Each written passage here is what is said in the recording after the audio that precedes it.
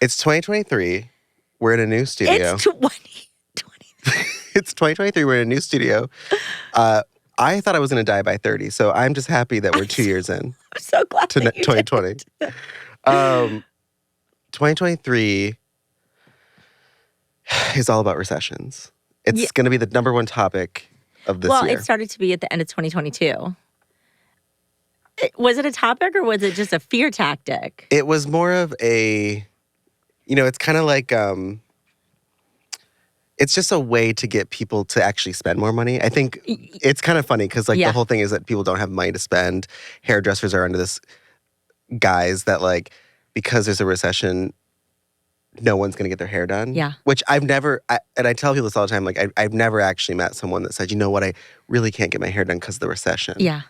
Same. In fact, they're like, treat yourself or... Exactly. There's actually statistics that show that people spend more locally during a recession. Yeah. They don't spend outside of their local community. So if you are a hairdresser or a salon owner, you're kind of in the right field to make the money during a recession. Well, okay, so the whole idea for this episode, is it a recession? Or are you just bad at your job? Because everything right now, and I feel like someone pinpoints a fear or something they're seeing, and then people start to use it for marketing terms, to sell programs around recession proof. So everything is fear-based marketing. And everyone's like, it's slow, right? But then I also, see all of our students who are saying it's slow but are doubling their income or, right. people. They're making more money. Yeah. But they're working less. And I think that's a really common thing in industries like ours where when you charge appropriately, things like a recession won't affect. Recessions to me affect businesses that deal with really small profit margins. Yeah. So it's you're discounting and you're Grouponing and you're doing all these things.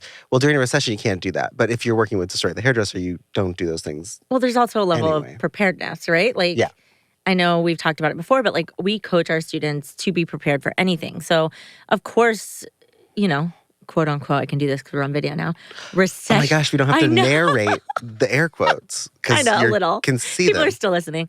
But when we say recession, I think people start to panic and then start saving. And I think recession depression. It's like a reactive response, and it's literally a form of suffering and absolutely unnecessary. And going back to everyone being it's slow, and everything. It's slow because no one wants to get their hair done. It's slow because of a recession. It's slow because, bleh, no. You've said it to people before. I think it's so funny. It's is it slow? No one is listening to me. Is it slow or are you just not the priority? That's exactly it. And this is the stuff that really grinds my gears. You ever feel like you're watching a different movie than everyone else? Because that's what I feel. I mean, they call it mental illness, but yes, go ahead. Go ahead. I feel like I'm watching this movie and someone else is sitting next to me watching it. And I'm like, yeah, it's because of this. And they're like, nope, it's this. And then that's gaslighting. Because then I question my reality. And I'm like, am I then? No. I'm standing firm on my feet. I'm grounded. We're not saying there isn't a recession. No. We're just saying that it's not the reason that your business is failing. I'll tell you why your business is failing. Let's get into it. Let's get into it. One. You can email Cyd at Cyd@destroythehairdresser.com if you have anything you'd like to bring up with her after this episode. Go ahead. One. The times be changing, okay? I'm going to tell you, pandemic literally threw us in the upside down. We are in an episode of Stranger Things. For the past 2 years, we've been flipped upside down. Yet our industry is still trying to do things the way that we did it 20 years ago. We are still trying to rock 90s, 2000s business methods. I remember after pandemic, they were interviewing hairdressers and salon owners, and they were talking about how they couldn't wait to get back to work, and they're going to work overtime for everyone. They're going to work double the amount of hours, and they're going to work They're going to work 7 days a week to make sure everyone's hair is taken care of. But I just want to say, none of your clients cared about you until they couldn't get their fucking hair done. Bam. No one cared about. Bam. No one cared about the hairdresser until the pandemic. Yeah. Signs. I want to get my Signs. government officials breaking the law to get their people's Nancy Pelosi. I love her, but that was a dumb sneaking move. into each other's houses. Okay, anyways, back to my point. One, everything's flipped upside down. So it's funny because the hairdresser is still on this path of, well, my clients aren't coming every 4 to 6 weeks. Or this season, it's a slow season, right? Well, we have patterns that we all fall into. Yeah. So holiday season is busy season.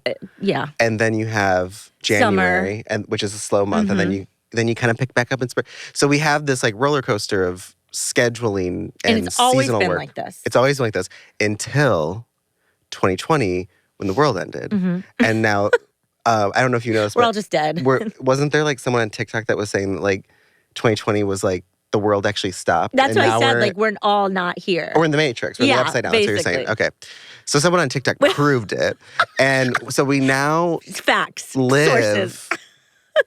in the Matrix, in the upside down. Yeah. Where there is the schedules don't matter anymore. When you get to work doesn't matter anymore. Yeah. Where you work doesn't matter anymore.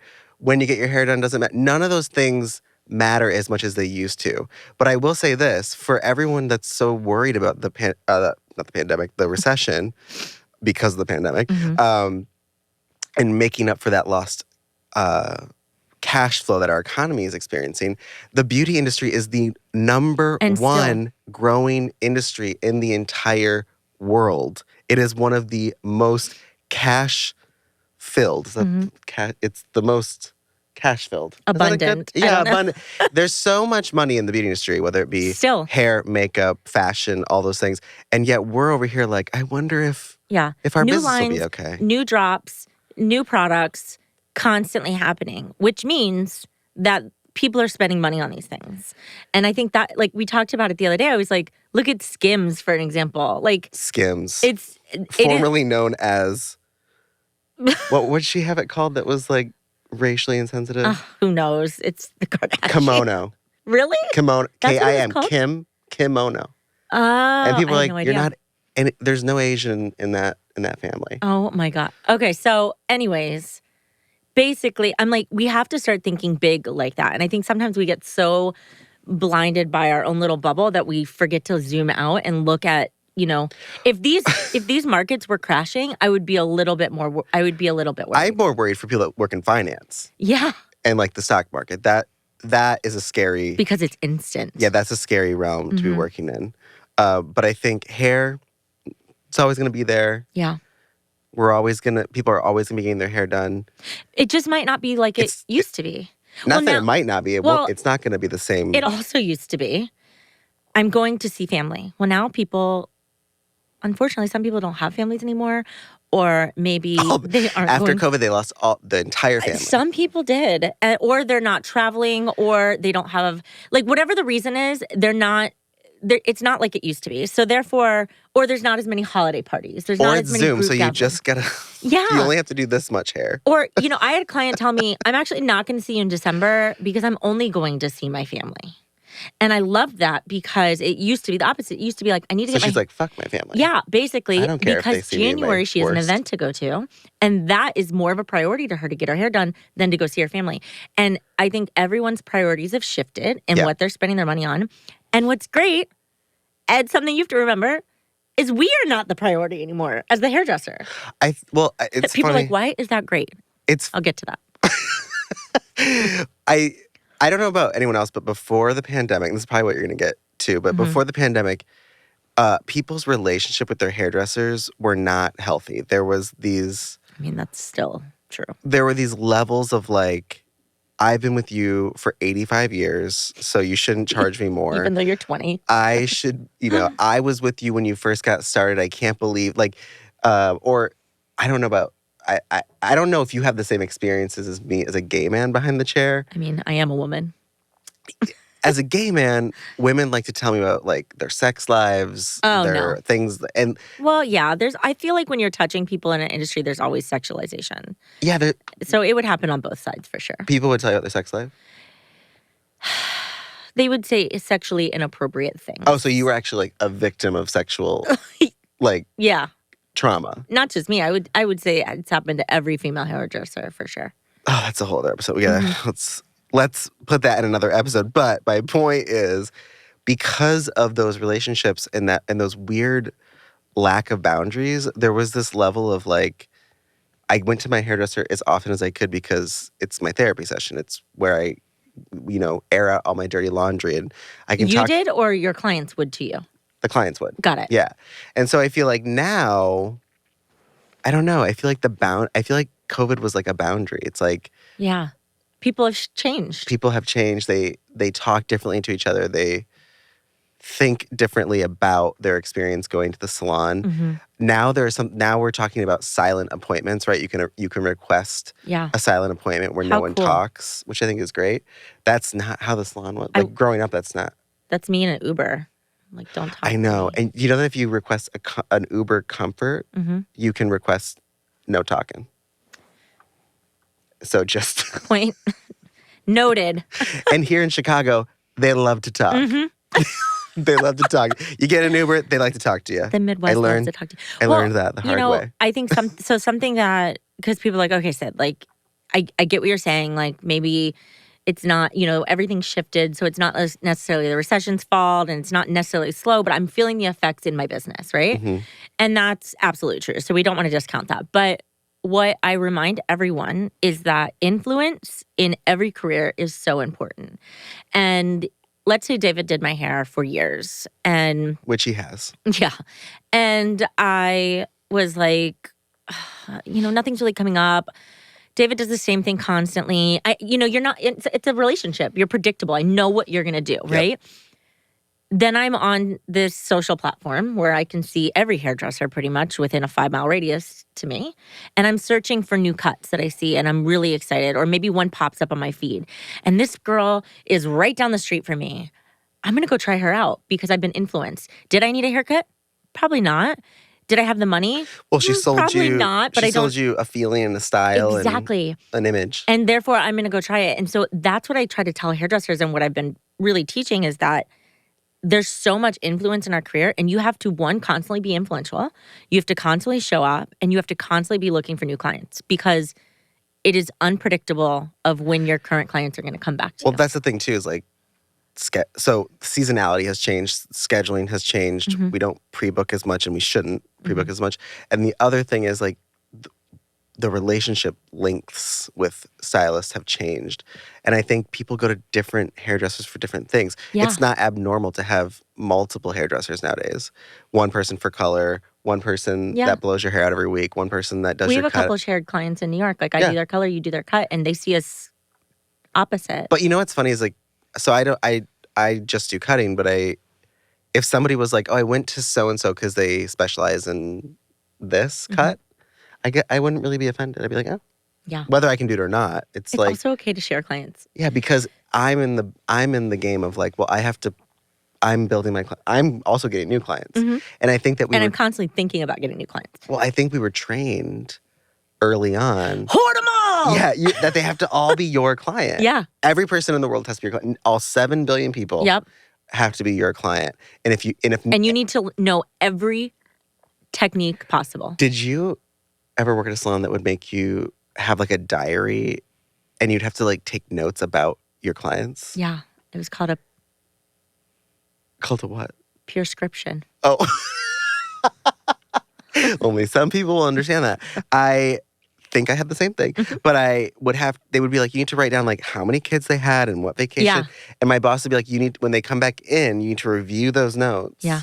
And I'm like, this is not my fucking job. It's like, lady, I can barely even remember what side my client's part was on. And I've been doing their hair for 10 years. Like, Yeah, but it was just like such a bizarre...